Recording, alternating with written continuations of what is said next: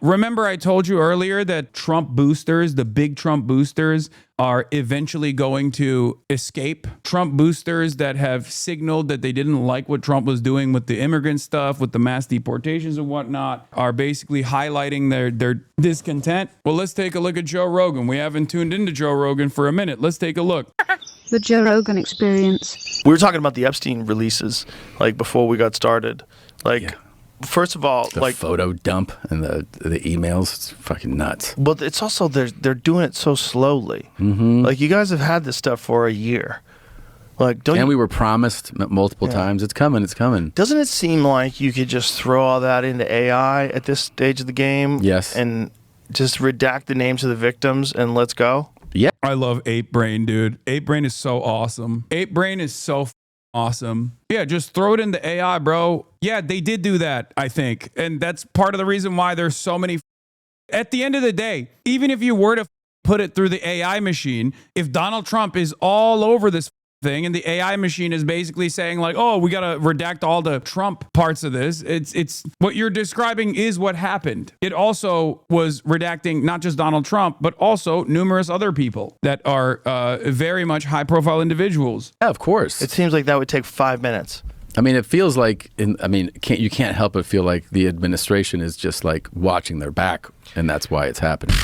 Watching someone's back. Yeah. I mean, it's all speculative why they haven't released it, but it's not good. It's not good for everybody's confidence. No. It's not good that this thing was going on, that they had this bizarre blackmail operation running. That's very weird. Very strange. Very weird. But it kind of makes sense. Because if you're a 60-year-old billionaire and you're a freak and you like to get your freak on, but unfortunately you're a gigantic software developer and everybody knows who you are. Yeah. Like, it's hard to get your freak on. Well, that's the thing is like it makes sense when you go like, oh, some of these dudes really liked visiting that place. Yeah. It's like that's the only place they can go. Right. You can't go anywhere else. Right. And that's why they set it up for them. Yeah. Eric Weinstein said that to me once. And I was like, oh, okay, that makes sense. If you're Yeah, no, Joe Rogan got this from one of his guests, as he gets all of his information from, whoever is on his broadcast at any given point. But like the idea that like Jeffrey Epstein was like serving a purpose for a lot of the super wealthy who can't just like go to a nightclub and get their freak on. And that's why they would go on Lolita Express and go to the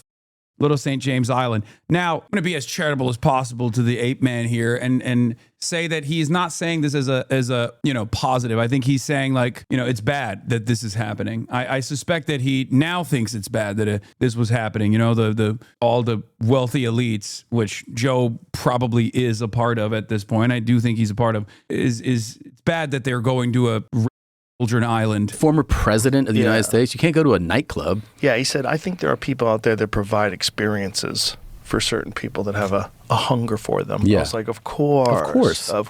And that's also how they compromise people too, right? Oh, yeah. That's how they get you to vote the way they want you to vote. I'm telling you, he's leaning into the blackmail of it all. Play ball, Bobby. We got video, you sucking a dick. Yeah. Yeah. What do you want to do? What do you want to do? Yeah. Because I bet all those people have something on them. That's how they stay in the game. They have to. It's like skull and bones. You got to suck the dick. Well, look at otherwise we can't trust you. For the Epstein, look at the level of people that we're visiting. I mean, it's all at the highest level of influence, power, and fame. Yeah. And so you go, this dude wants to do some wild shit. He can't go to Cheetahs and get it done. Yeah. You can't do it. He's got to go somewhere. Yeah. What sounds good? A private island. Yeah. He can't just order up a call girl. It's too risky. Where are you going? I'm going to Captain Billionaire's house to go suck his dick. I do it every Tuesday. Plus, I'm on meth, and I'm really good at keeping secrets. Yeah. The thing is, Joe, this past year, you've had numerous people that were directly connected to Jeffrey Epstein on your podcast, including the guy you said should be the next president, the guy who received your endorsement, Donald Trump. You had Donald Trump's FBI director, Kash Patel, on. where he did this half-assed defense of Donald Trump, and it was so bad that even you actually called it into question. You had Elon Musk on, you had Peter Thiel on, like you had so many of these motherfuckers, RFK Jr. on. Isn't there just a moment where you turn around and go, yeah, maybe I'm actually putting these possible elite pedophiles on a platform here and just kind of defending them and making them look better to the best of my ability, even though they're really incompetent and have a really hard time presenting themselves as human. These guys, it's dark. It's fucking dark. So some guy comes along and says, I can take care of your problem. And then and everybody says, oh, trust me, he's a great guy. he's really cool. Yeah. And He's got a great he also sense of does this humor. thing. Yeah, great sense of humor. Yeah. His staff love him. Yeah. They also do this thing where, it's like you're going to hang out with other famous people, so it must be safe. Mm-hmm. Hey, Bill Clinton's here. This is no problem. Didn't Trump personally thank him for helping him get elected? Yes, he did. Yes, he did. I just received word about Joe Rogan's endorsement. He's a fantastic guy, and it's a great honor to receive it. Thank you, Joe, very much. And I think Joe Rogan here is maybe a little bit brain broken, maybe a little bit audience captured. And that's part of the reason why he can't name Trump, seemingly, even though he's, I suspect he will, by the end of next year, will have moved far beyond Trump and will be doing an about face and will be talking about how he's not, he's not on the Trump train any longer. It is an inevitability for these people. It is an inevitability for these people. They all care about their own personal brand, their reputation, and making money. They saw the attitude and the culture shifting in one direction, and they leaned into it. In certain instances, like with Joe Rogan, there was a level of sincerity. I think he did actually post-COVID break his brain a little bit for sure, and became like a full-blown Republican. But he will eventually dial it back. When you say audience capture, do you mean like confirmation bias, or they're aware that their audience won't accept straying viewpoints? No, Joe Rogan has basically designed this media empire for himself off of moving slowly but surely away from just like the simple conspiratorial realm into directly supporting Republicans. You cannot hold on to the Trump train if the Trump train is off the rails. The point is, a lot of these guys, they grift. There are many examples of people like this that simply don't make up their own minds on issues at all, but just like look at, the way things are going. They look at how rizless and uncharismatic the Democrats are, for example. And then in comparison, the Republicans are obviously offering a telegenic candidate that will go on their podcast, and that's going to bring them a huge audience. They lean into it. But once that audience slowly but surely withers away for Trump, when people start going, okay, dude, I thought the whole we're going to dominate the transgenders and the migrants was going to actually yield some kind of economic respite for myself, the average American who voted for Donald Trump, but it's not happening. What the is going on? And now on top of that, I'm beginning to realize that the guy who was supposed to fight the deep state pedophiles is actually a part of the deep state pedophilia campaign. People are going to start feeling a sense of buyer's remorse, the Fell for It Again awards, right? When that happens, people start questioning their favorite content creators who have sold them this lie. They start going, why are you saying these things, Joe Rogan? And Joe Rogan is smart enough at this point in his career as a profoundly successful podcaster and the voice of reason for all of your coworkers, basically. Joe Rogan is going to notice that people are actually pulling that, getting off that exit ramp. And he's going to slowly but surely start moving away from the Trump camp. This is a statement released by the spokesperson. This is what I've said over and over again. For many Americans, especially the American consumers, broadly, politics is about vibes, okay? It's not about tangible goals. It's not about organizing towards reaching certain tangible goals. It's about just vibes. It's about being a part of one team over the other, okay? And even liberals entertain this. Even liberals get into this in the same vein, like where they also do team sports, right? When politics is all about team sports, and your goal is simply to be on the winning team, when your team starts losing, you drop it. You drop the team. It's that simple. Spokesman for Bill Clinton. Oh, today. let's read that. Yeah. Wait a minute. There's a person who signed it. My name is Angel Urena, spokesman for the former President Bill Clinton. Isn't that weird? He's the deputy chief of staff for Bill Clinton. Okay. He's still got a chief of staff. What does he do these days? Epstein Files Transparency Act imposes a clear legal duty on the U.S. Department of Justice to produce the full and complete. Remember, virtually all of these people during peak woke, whether sincerely or insincerely, were throwing up the black fist to say Black Lives Matter. Okay? That's what I always go back to.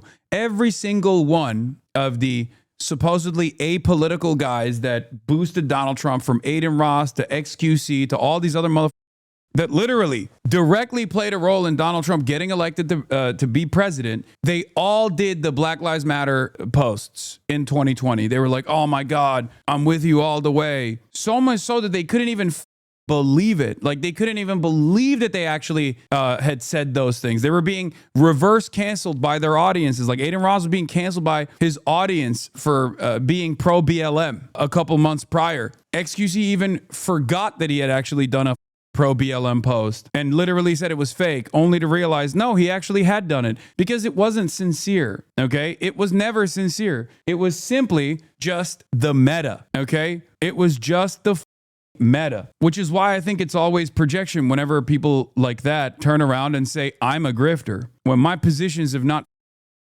changed. Yeah, this is what I mean. It's a shame it even has to be stated, but of course, hashtag Black Lives Matter. We love you. Keep fighting the good fight so everyone understands this. I want everyone to feel safe and respected. Yeah, hashtag bring this back, says XUC Fangirl. The replies on this give really good insight on how much fact-checking is being done on X these days. Most of the replies are saying he changed LMFAO. Literally not a single person even verified if the tweet was real. Cringe. It turns out he was one of the people who didn't even verify the tweet was real, even though it was his own tweet. I do respect that he kept the tweet up, and even this one, for the record. I'm not even going to delete the main reply. That's just too good. You only get to this level if you have no sincerely held beliefs and you're just kind of reacting to politics. That's it. Like, politics is no different than watching like a JCS video. American politics, from your perspective and the perspective of your audience, is nothing more than just like team sports, entertainment, just something that you're fascinated by. It's like a UFC fight or, reacting to football, right? And that's precisely the reason why, unfortunately, this entire realm of influencers who shape a lot of young people's opinions about politics, whether we want to admit it to ourselves or not, this is real. This entire realm is dominated by people who have this kind of attitude about politics. It's just drama for them. They find valid targets to constantly attack. And it's not about whatever policies you personally believe in, whatever vision you have for a better future. But instead, it's just like, oh, I don't like this guy for one reason or another, and I'm just going to constantly rail against him. But this is also partially the reason why I just, in spite of all those attacks, I just stick my head down and I just keep pushing no matter what. Record of the public demands and deserves. The public demands and deserves. However, what the Department of Justice has released so far, and the manner in which it did so, makes one thing clear: someone or something is being protected. We do not know whom, what, or why. This is like the killer pretending to be the detective. Yeah. We've got to solve this crime. We do not know whom. This is the killer joining the search party. We do not know whom, what, or why. We have photos of you in a fucking hot tub, buddy. But we do know this. Buddy, you had Donald Trump on your podcast. You endorsed him. He is just as liable as Bill Clinton is. He has yet to say Trump's name once, by the way, while he's talking about this. I wonder why. Need no such protection. Accordingly, we call on President Trump to direct Attorney General Bondi to immediately release any remaining materials referring to, mentioning, or containing a photograph of Bill Clinton. This includes, without limitation, any records that may exist and are subject to disclosure under the Act, Public Law 119-38, enacted on November 19th, 2020. And for the record, when you say, how can you be a fan of these guys? Like, imagine you're a Trump fan who watches the Rat King and then has to act like he never supported Trump. Are they still going to watch him? No, you don't understand. People who have no personal conviction in politics but simply react to it as drama will be at the mercy of their audiences. So if their audiences start shifting away from Trump, they'll start shifting away from Trump. That's why I said the grossness in which a lot of this like Twitter-backed far-right commentary has made people disgusted with the modern right wing is the reason why the pendulum is swinging in the other direction again, where, you have this comeback of woke. The comeback of woke is not because the Democrats have made woke trendy again. The comeback of woke is not even happening because I've made woke trendy again or something like that. It's happening because people are genuinely grossed out by what they see on their timelines all the time. I'm sure it swept away a lot of people into reactionary sentiment. There are definitely a lot of people who